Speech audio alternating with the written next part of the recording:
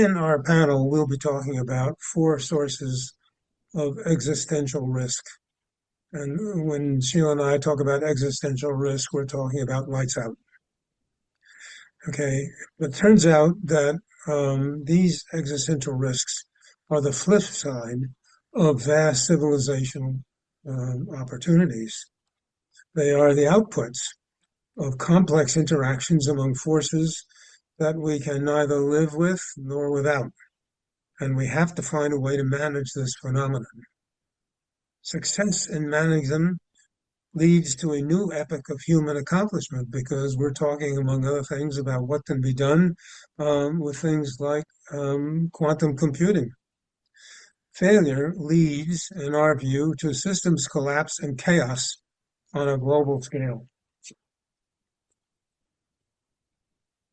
One of the solutions to the problem of managing complexity is what we call anticipatory governance.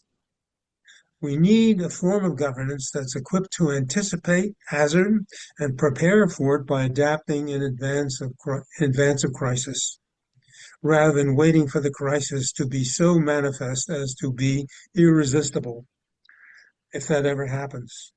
In the absence of such a system, conditions deteriorate to such a degree that faith in the existing system evaporates. And when this damage shows no prospect of improvement under democratic governments, then authoritarianism will continue to grow in political appeal until it reaches the point of crisis. And guess where we are? What is happening in the United States it is not just a domestic crisis, but a global one because of the destabilizing effect that the United States has on international systems when we decide to abandon them and no longer to collaborate for the common good. The United States is not only liquidating its own systems for anticipating and planning for societal risk, we are in the process paralyzing international systems such as the United Nations and the network of organizations that depend on it. Emergency workarounds are urgently needed to compensate for this to the extent possible. Unpolitics can provide an essential contribution to this by demonstrating the clarifying power of complexity theory as applied to all forms of democratic governance. The output of the workshop that we're going to have will be to discuss how participants can work towards this kind of outcome. And what will happen is that in sequence, I will cover existential risk and anticipatory governance. Sheila will cover the role of international organizations, and she will share her preliminary findings and research. And Yanir, as we understand it, will present on what I would call practical complexity, that is, the theory of complexity made to work for us when applied to real issues. I'm going to use the first person pronoun only once, and here it is. I believe that every major technology that our species invents for the sake of its survival comes with a flip side, that is, the potential for our demise as a species. In my comments, I'm going to identify four of those oncoming collisions between life as we have come to understand it and technologies that have arrived with the capacity to either sustain or destroy it. These technologies are being accelerated for the sake of profit and power, and as a result, the response time for governance and the public as a whole to deal with them is diminishing rapidly. So, as I said before in my opening comments, there are concepts of anticipatory governance that could compensate for the reduced reaction time, and there is, as Sheila will bring up, the potential of international organizations for meeting these challenges. Now, in the next slide, if you can show that, I'm dealing with the first one of these double-edged conundrum, nuclear energy, which came to us as a dream that is unrealized and has turned largely into a waking nightmare. The dream was cheap, abundant energy, an exit from carbon pollution. All blessings, no curses. The waking nightmare is possibility, which we've lived through and in various incidents, of a nuclear accident followed by region-wide contamination. That's for peaceful uses of nuclear energy. And the other side of this equation is a nuclear war resulting in nuclear winter. By the way, most physicists who specialize in study of nuclear war say it would not take a full-blown exchange of weapons to create an extinction event in the form of nuclear winter. It could take what military people think is a very restrained use of such weapons to bring that on. I've also listed a number of accelerants in here. The rate of nuclear reactors in many countries is skyrocketing. Not all those reactors, as we have seen, have perfect safety systems, and perhaps it's better to say that no reactor is entirely safe.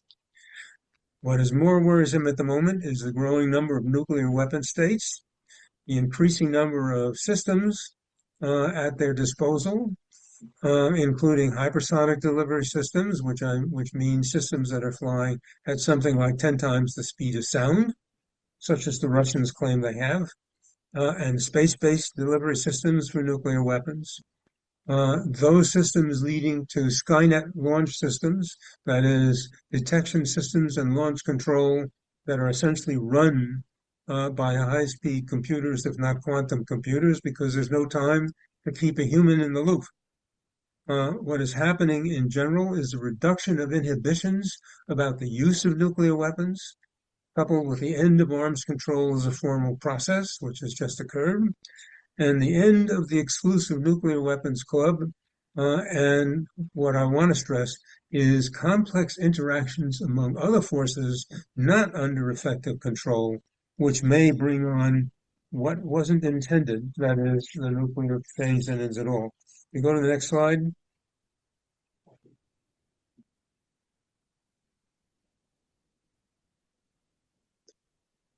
With respect to our problems with carbon, it comes in as a dream 2 centuries ago as the cheap path to industrial power.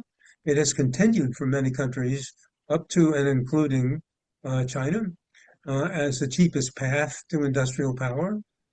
And we have placed a lot of faith in claims that this all gets cured by affordable carbon scrubbing technologies operating at scale.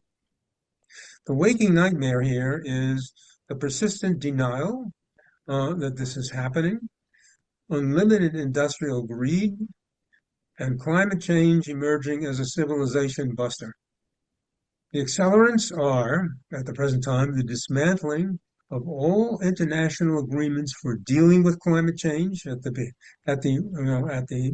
instigation of the United States, the elimination of incentives for shifting from carbon to renewables, the elimination of incentives for developing higher efficiency machines, and here I would include cities as a form of machine, the reconstitution of which as efficient is something that is possible. And once again, the interaction of climate change with all sorts of other stressors. Next slide. And then we come to the question of artificial biological evolution. Okay, with the advent of things like gene manipulation that can be done in a basement using cheap equipment, we have entered new territory. The dream here is genetic science used to bring disease to a halt, and genetic science as a way to reinforce the planet's capacity to sustain human life, and genetic science to enhance the human genome, and with it, the lives of all people. The nightmare part of it is that we are entering a profit-driven race to manipulate the genetic composition of life up to including human life. This kind of system is going to accentuate class differences by making genetic improvements the privilege of the rich. The use of genetic modification for military purposes and even the suspension of their existence is a potential trigger to a terminal escalating event in the form of a nuclear war. And I point out to you the suspicions that COVID was born of a military purpose in a Chinese lab. We have developed no evidence to prove this, but it's an illustration of how, when in conditions of great tension, this could occur. The accelerants are, as far as we're concerned in the United States, the dismantling of U.S. government systems for monitoring and influence this particular technology, the blocking of international systems, and the installation of the race for profit as the only metric, the skyrocketing computer power at our disposal as a key to breaking natural barriers and driving. I'm seeing something which has just blocked what I'm reading on the screen. So manipulation of genetic codes. Of codes and the absence of any effective form of regulation. Next slide.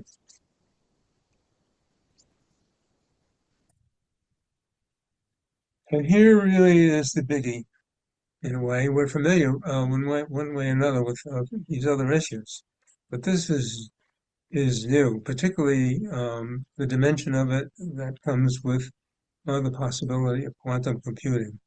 The dream here is to supplant human agency with machine intelligence for the sake of vast leverage over the material world as a source of wealth, prestige, and political power.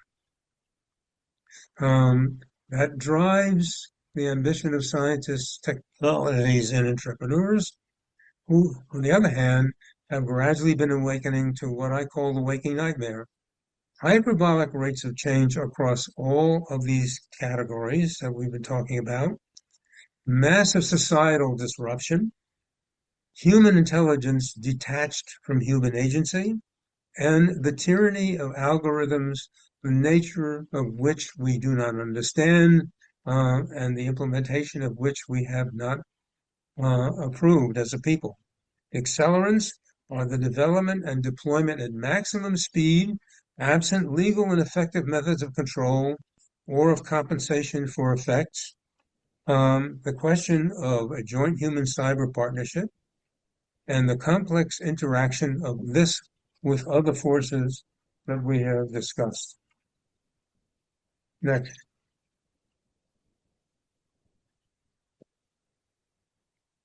Anticipatory governance. There has, in fact, been broad international interest in this concept, focused mainly in the European Union and in the OECD. It evolved first in our own country, but our own government has had only a kind of fickle, now in, now out, inconsistent approach to it. But it is a possibility, and it's becoming a necessity. Question is whether or not what we're talking about is only possible in the event of a complete systems collapse and the complete redesign and reconstruction of our constitutional system. Hopefully that is not the case.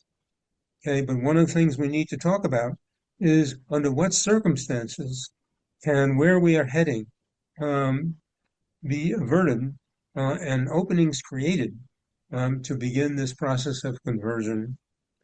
And so on politics and complexity is a search for ways to unblock progress by clearing the way for either a reduction of friction due to politics as they are, or perhaps a reduction of friction owing to better politics in the future. Personally, I think we had better concentrate on how to reduce the friction based on politics as we have known them, because I think it is extremely unlikely that this leopard changes spots and gives us a brand new slate on which we can write anything our hearts desire. I'm going to share with you some preliminary outcomes of a piece of research that we began about 6 months ago after the first Unpolitics conference, when Leon and I were talking about the fact that the global institutional framework was disintegrating, and we were getting really concerned. Because we think the world requires the application of complexity science principles, we need to build anticipatory systems that are capable of responding to that complexity. And we're going in the opposite direction, and we're going there quickly. So, with the degradation of the United Nations system, we've been studying how the situations become extremely serious, beginning with various institutions that collectively have formed a loose network for governance of complex issues, but they're all now imperiled. And complexity theory, especially to a complexity scientist, is at the heart of the design of anticipatory governance. And we think that's a requirement in a complex world. The issue is by what means it might be possible to overcome the immense political inertia currently in place. I know we're calling this the Unpolitics Conference, but the reality is the global system is going in the wrong direction. And as Yanir said this morning, as Adam said, as Leon said, we're looking at a holistic approach to the world. And that requires understanding what the system was and what the system needs to become.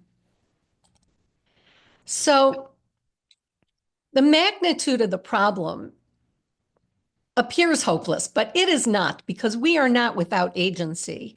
And I want you to consider what in 1945 ultimately became the values that were articulated in the Charter of the United Nations. Because although we may need to completely rethink where we're going, there are some things we may want to bring with us. And I think those objectives are still correct: to save succeeding generations from the scourge of war, to reaffirm faith in fundamental human rights, in the dignity and worth of the human person, in the equal rights of men and women and of nations large and small, to establish conditions under which justice and respect for the obligations arising from treaties and other sources of international law can be maintained, and to promote social progress and better standards of living within a context of freedom. These are absolutely critical for us in the future.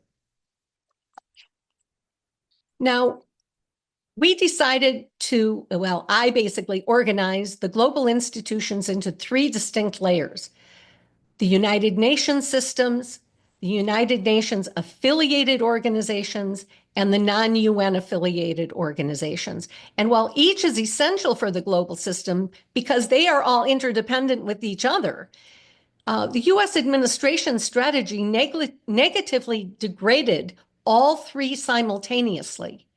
And it was quite a hit.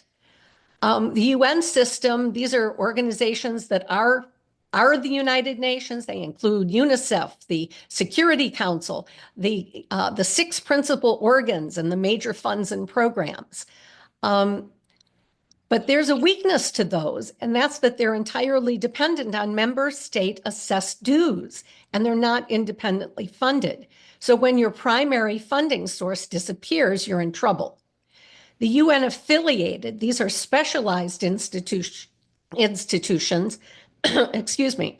These are organizations like the World Health Organization, the World Bank, the Food and Agriculture Organization. They have their own budgets and rules, but are linked to the UN through formal agreements. And their weakness is they don't have police power. They rely on voluntary cooperation. And the third of these pillars is the non-affiliated independent organizations that operate completely outside the UN structure. And they include military alliances and other organizations like NATO, organizations like OECD, the large NGOs like Doctors Without Borders or Human Rights Watch. They're independent actors, but they fill gaps. And the weakness is they have limited efficacy, but if their main donor leaves, they may collapse, or they've got to find alternative funding sources. Now I'm going to give you several examples of things that we found in this preliminary study. The US withdrawal and leaving the World Health Organization, I think, had the largest shock to the international system. We withdrew from the World Health Organization in January, and now there's a freeze on funding for major institutions. And we're already seeing a food assistance emergency in Somalia. We're seeing a closure of the UN Humanitarian Air Service, cutting off remote communities in Sudan. The Democratic Republic of Congo, it has a 361% increase in cholera deaths because clean air projects were terminated. These are real world examples.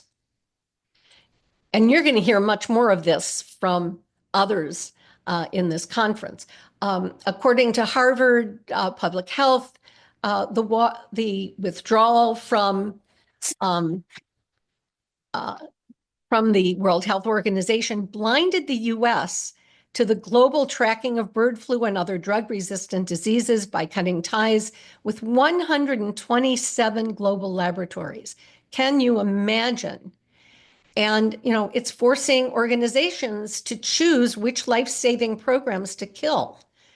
And there's enormous loss of data that has been relied upon as early warning systems for people to be better prepared, especially in the areas of disease prevention. And it hasn't just been a budget cut. This is not just a budget cut. It is a deliberate dissolution of order. And I think it makes the world a very dangerous place. There are many other issues in terms of the United States withdrawal. The dismantling of the U.S. Agency for International Development didn't just hurt the United Nations. It really destroyed a lot of NGOs that provided the actual boots on the ground. And the slashing of USAID programs has really been difficult with things like vaccine mismatches, because without the early season viral samples from overseas, U.S. manufacturers risk producing ineffective seasonal flu and mRNA vaccines and so on, and a lot of stalled innovation. More examples from the global health area. You'll see there are malnutrition spikes, hunger gaps, food distribution for refugee camps are lost. And there's the destruction of the NGO networks. It doesn't just produce a funding vacuum. In many places, global health doesn't just lean down, it disappears. And I think that is absolutely, absolutely tragic. Sheila, Yes. within the week, you would have noticed in the press that the uncertainties now introduced into the question of how you certify a vaccine for public use, that uncertainty has increased to the point where industries that brought us the COVID vaccine and so on are faced with the question of whether or not to invest billions of dollars in developing new vaccines in a situation where the U.S. government is essentially disestablishing the protocols for approving them to the marketplace. I've noticed. Well, let me finish, and we'll get to talk about it later. We also have this data crisis where the United States is, because of repositioning everything, we are losing access to critical data all over the world and within the United States as well. So we're in many ways, the intelligence community is flying blind on many, many different areas. The withdrawal is not just for global global health, it's also for global climate change. And by exiting the Paris Accords and the IPCC, we're no longer co-authoring the world's most trusted source of climate science and data. Because science matters, data matter, and without them, we're going to make a lot of mistakes. And the world is more and more at risk.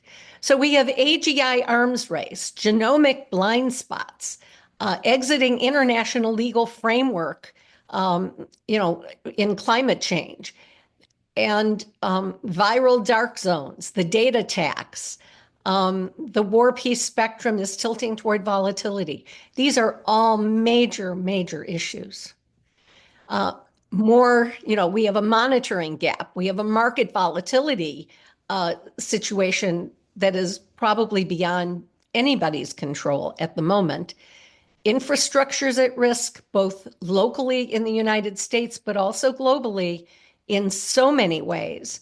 And we have this siloed intelligence that we haven't had in 80 years. And the removal of US atmospheric data has led to what the UNFCCC, the Paris Accord, describes as a fragmentation of the global carbon balance sheet. And that is extremely dangerous. Loss of transparency and preventive diplomacy collapse by replacing multilateral rules with a government-to-government model swaps long-term stability, short-term reactive crisis management. These are issues that are coming and that we are just beginning to sort through. And there is a security vacuum in so many ways. And we're leaving global rule setting, so to speak, to China, and they are favoring authoritarianism. Obviously, you're going to hear a lot about disease threat this whole week. And these are serious issues. I want to talk a little bit about the Chinese symbol for crisis, because like many of us in unpolitics, we understand that crisis includes two elements. The left character is danger, and the right one is opportunity. And the crisis we now see on the world stage with the dissolution of the global infrastructure of institutions created at the end of the World War II era to fight the Cold War has an element of danger. In many ways, it was successful in keeping the world safe from a nuclear exchange and many other missions, but it presents a mixed picture of success and failure. The world now has an opportunity to rethink and recreate a structure, not for a Cold War world, but for a 21st century world where resilience and complex system behavior provide us ideas for the kinds of characteristics we need as we build future systems that are required for a very different world. One with an understanding of technologies that are coming upon us, from artificial general intelligence and quantum computing and artificial biology, and the potential for a surveillance state, authoritarian threats to democracy, and nuclear risks that are not going away. So I think I'm going to just give a few concluding remarks that are, as we think about the ways in which we can use the lessons learned from just these very preliminary findings, several ideas are emerging as we think about the design of a global system to replace the current one that by and large has failed us. For example, all institutions must be based on values or they will fail. And we have to be flagrant about articulating what those values are. Maybe we should start with the Universal Declaration of Human Rights and possibly the Bill of Rights from the US Constitution. These institutions need to be anticipatory to survive in a world that is ever changing with uh, with the collection of data and feedback mechanisms because they are essential. Data and science matter. And global collaboration is absolutely essential to ensure both efficacy and legitimacy. So as we collectively, walk through this valley of the shadow of death, we can use a little help because we have no answers yet, but we do have insights from complex systems science that can lead to better questions, and the questions matter. So here's the key things that I wanted to talk about. What we see is that the global system is facing challenges that exceed what its architects anticipated, the architects of the global organizational structures, not only in scale, but in speed, interdependence, and technological acceleration. At the same time, the increased internal strain and associated dislocation in a major node is introducing disruption across the network. The deeper condition underlying both developments is a mismatch between the complexity of the environment and the adaptive capacity of the system responding to it. What we are confronting, therefore, is not an episodic instability. It is a structural misalignment of the system with the challenges that it is responding to. The way forward must be twofold. First, we have to recognize what capacities within the existing system can still be leveraged. Second, we must build new collaborative structures that are capable of responding robustly and within timeframes that matter. Complexity science teaches us something important here. The capacity to respond does not emerge from centralization. It emerges from distributed adaptive coordination. The task before us is not to replace the current system overnight, but to create a collaborative structures that guide their actions towards strengthening, augmenting, and stabilizing essential functions in health, in climate, security, technology, and beyond. This will not happen in a single step. It will happen through multiple concrete initiatives, and the question is not what I think should happen. The question is what we are prepared to move forward together. We will now proceed in a couple of stages. First, Sheila, Leon, and I will have a conversation among the three of us for about 10 minutes, exploring how to think about complexity in relation to governance and collective action. Second, we will open the discussion to your questions, everyone here, questions and perspectives. And after that, we'll move into this part that I mentioned at the beginning, which is developing projects that translate these ideas into actions. So that's the plan. And so maybe we will start by having the three of us be spotlighted, and we'll talk about some of the questions that we have. And I came up with three questions. Of course, we can do other things as well, but I came up with three questions to motivate this particular piece of the conversation. So let me give you the first one of them, and then we'll see if we have some things to talk about them. So here we are. If we accept that we are facing a structural mismatch between the environmental complexity and institutional capacity, what is the first place institutional adaptation must occur? And what would that adaptation look like in concrete terms? Leon or Sheila, would you have any thoughts about that?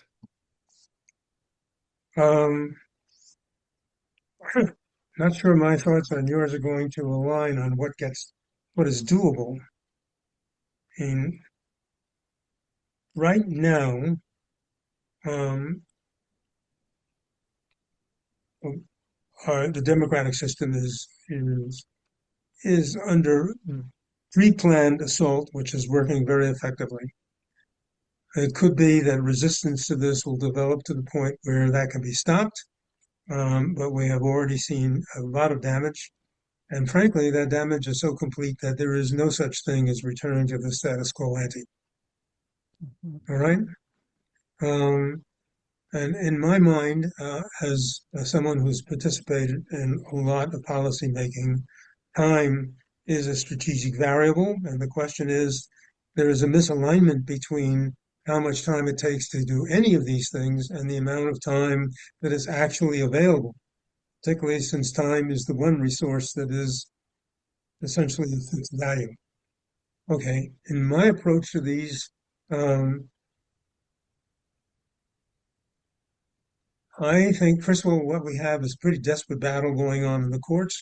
That's something that this group that you set up is not constituted to deal with. And besides, the battles are being fought now. Question is, if you look forward a bit, let's say uh, through the midterm elections are really going to determine the fate of what can be done later on. But one of the things that we could do is to try to revive a new form of civic, not revive, to create a new form of civic discussion. Sheila and I were attempting to move um, Ohio State, or specifically um, the Glenn College, to try a town gown experiment using something we call the roundtable process.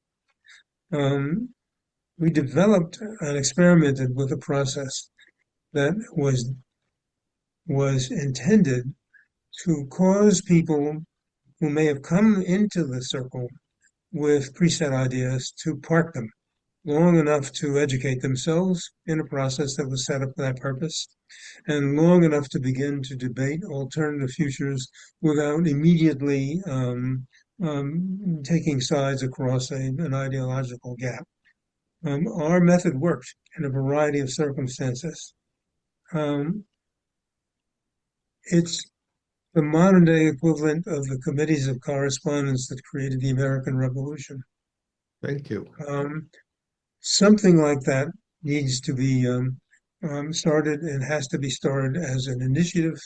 Um, Essentially, we're running on vapors. The major foundations in the United States were unwilling to fund anything like that when we approached them with it. How many years ago was that, Oh, Sheila? it's about 8 years ago. 8 years ago, we began letters to the big foundation saying American democracy is in crisis. What we got back was crickets. Yeah. Sheila, do you Well, have something to add? Go ahead.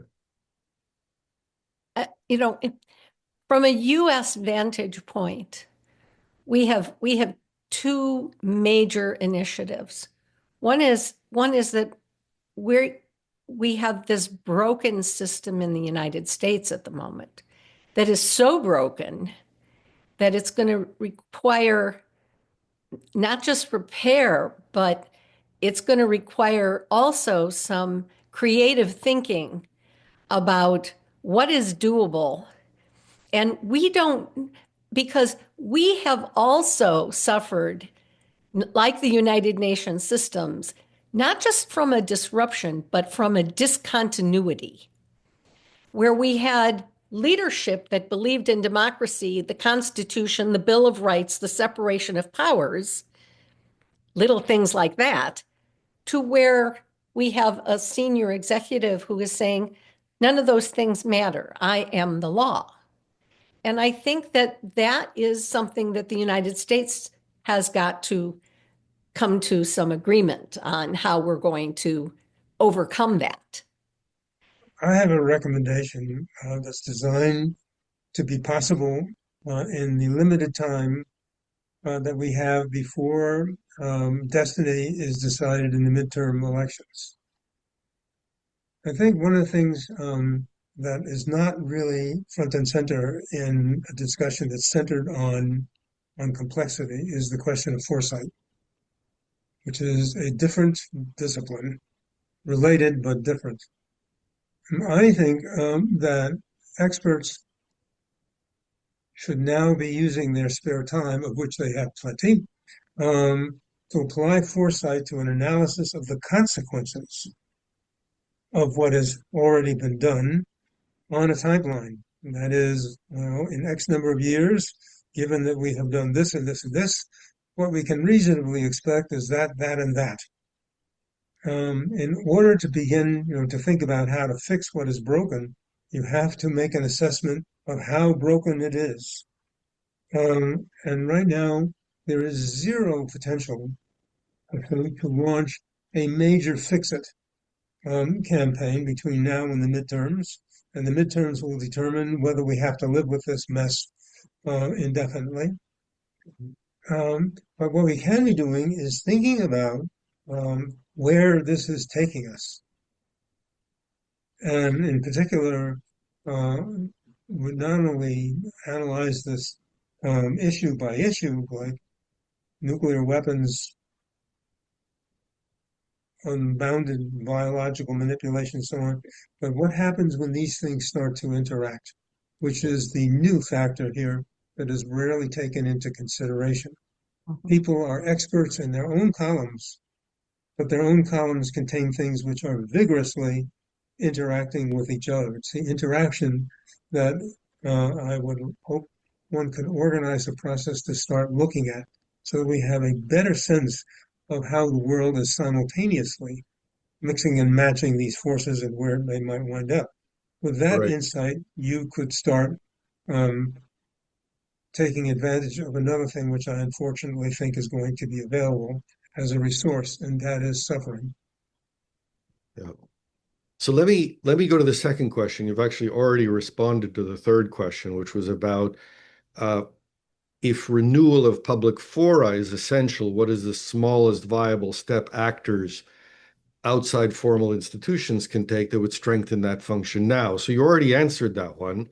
Let me go to the second one then. Explain, I mean, this is something that you are, of course, very familiar with, but I think it would be helpful to say a few words. When you speak of anticipatory governance, what distinguishes it operationally from reactive governance? What Yeah. mechanisms or behaviors make it real rather than aspirational?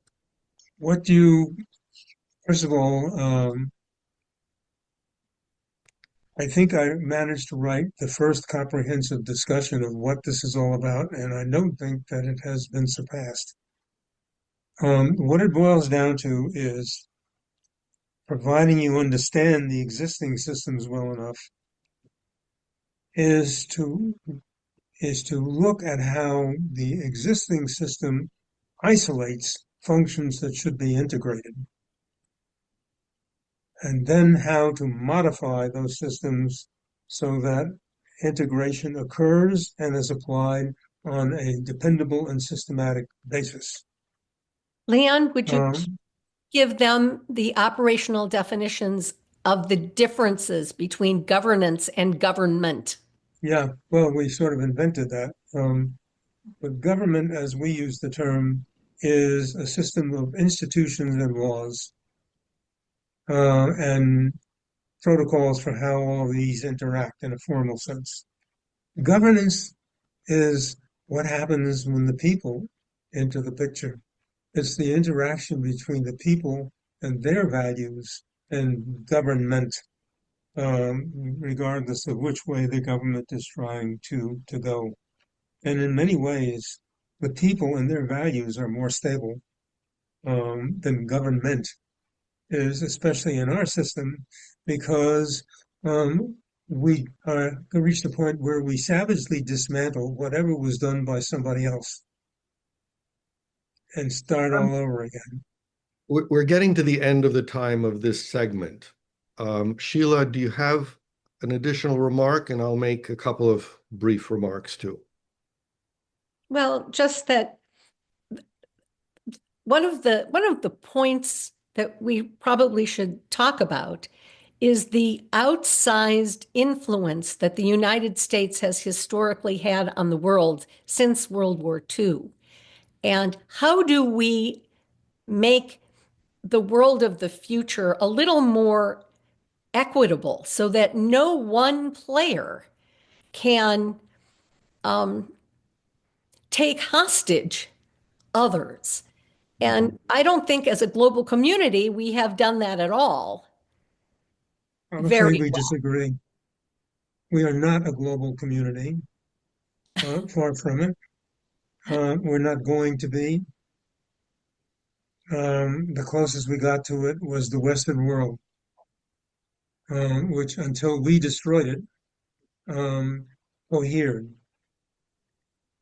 I still think that what's ahead of us, frankly, um, are desperate times and what people might call near-death experiences from a variety of sources.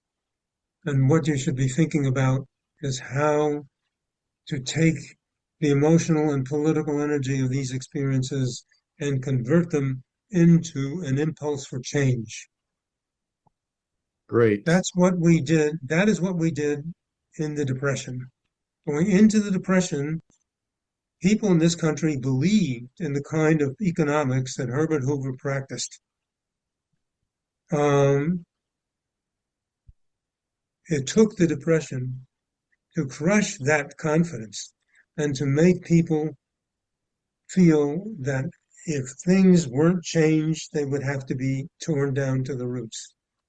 When bankers became afraid of revolution in the United States, that's when bankers shut up and let the New Deal come into existence. And I'm afraid we're heading for situations where, one after the other, systems that people have depended upon are going to implode because of what the United States is doing. So, what is going to happen? What articles will be written? By whom? What approaches will be made to shed light on where to go next? Let me say just a few things from my response to the same questions. And I'll start with the third one, which you responded to by your statement about creating fora at Ohio State. I want to say it in the following way. We need to create communication channels designed for coordination and trust rather than amplification and reaction. The second question was about anticipatory governance. And what I would point to, among many things that are relevant, is to align organizational time horizons with the temporal scale of the risks we face.